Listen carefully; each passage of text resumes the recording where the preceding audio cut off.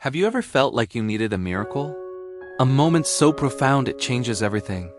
The Bible is filled with stories like these, accounts of the impossible becoming possible, all through the power of faith.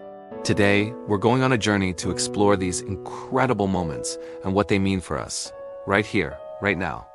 Let's start with one of the most well-known miracles, the parting of the Red Sea.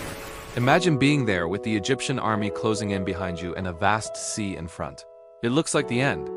But then, Moses raises his staff, and a path opens up through the water. This isn't just a great escape story.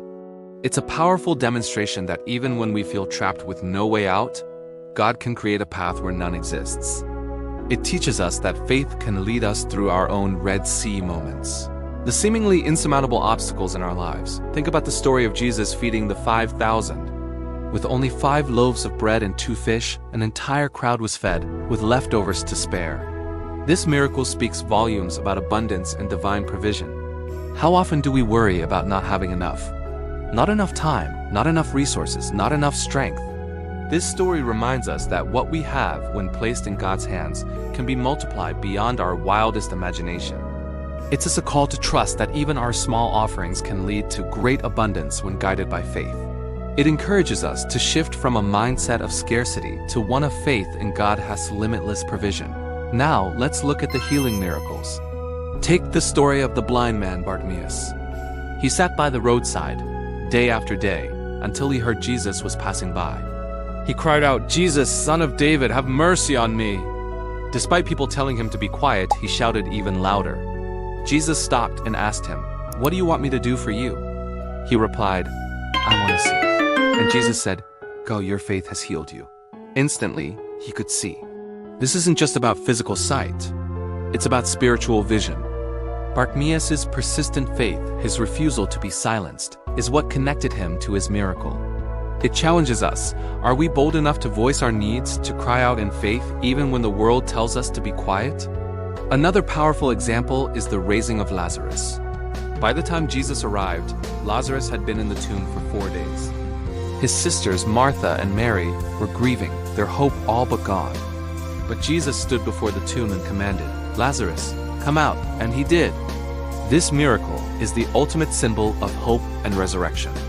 It shows that even in situations that seem utterly final, even in the face of death itself, God's power can bring new life.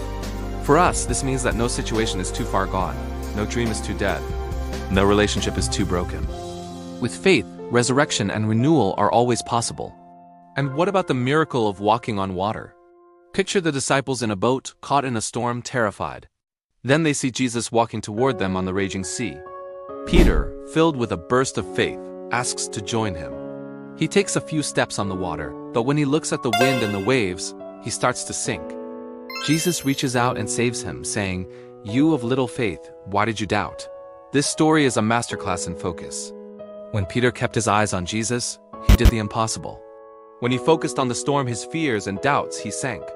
It's a direct parallel to our own lives. When we focus on our problems, we get overwhelmed. But when we keep our focus on our faith, we can rise above the storms. These stories are more than just ancient tales. They are invitations to believe. They show us a God who is intimately involved in our lives, a God who can part seas, multiply resources, heal the sick, bring life from death, and calm the storms. But the key that unlocks this power is belief. It's the common thread through every miracle. So how do we ignite this kind of faith in our own lives? The Bible gives us clues. Verses like Hebrews 11:1 tell us, "Now faith is confidence in what we hope for and assurance about what we do not see." Faith isn't about having all the evidence. It's about trusting the source. It's about believing in the promise, even when the circumstances look bleak. Another powerful verse is Mark 11:24. "Therefore I tell you, whatever you ask for in prayer, believe that you have received it, and it will be yours." This speaks to a proactive kind of faith. It's not a passive hope, it's an active belief. It's about aligning our hearts and minds with the expectation of a positive outcome, trusting in God's goodness and power to answer our prayers. Think about Matthew 17:20, where Jesus says, "Truly I tell you, if you have faith as small as a mustard seed, you can say to this mountain, 'Move from here to there,' and it will move."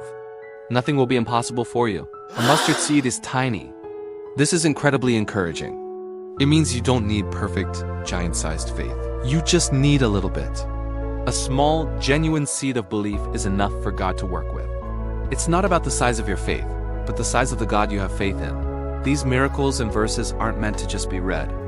They're meant to be lived. They are a call to action. A call to look at the impossible situations in your life and see them as opportunities for a miracle. Whether it's a financial struggle, a health challenge, a broken relationship, or a personal dream that seems out of reach, these stories encourage us to bring it all to God in faith. The transformative power of these miracles lies in their ability to reshape our perspective. They move us from a place of fear and limitation to a place of hope and possibility. They remind us that we are not alone and that a loving, powerful God is always ready to intervene on our behalf. Believing in miracles isn't about expecting life to be easy. It's about knowing that no matter how hard it gets, we serve a God who is bigger than our problems. So let me ask you again, do you need a miracle?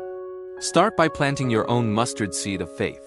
Dive into these stories, meditate on these verses, and open your heart to the possibility that the same God who performed these miracles in the Bible is still working in the world today. He is still parting seas, still healing, and still bringing new life. The next miracle might just be your own. Thank you so much for joining me on this journey into the power of miracles. I hope this has inspired and encouraged you. If you enjoyed this video, please give it a thumbs up. And don't forget to subscribe and hit that notification bell so you don't miss our next deep dive into faith.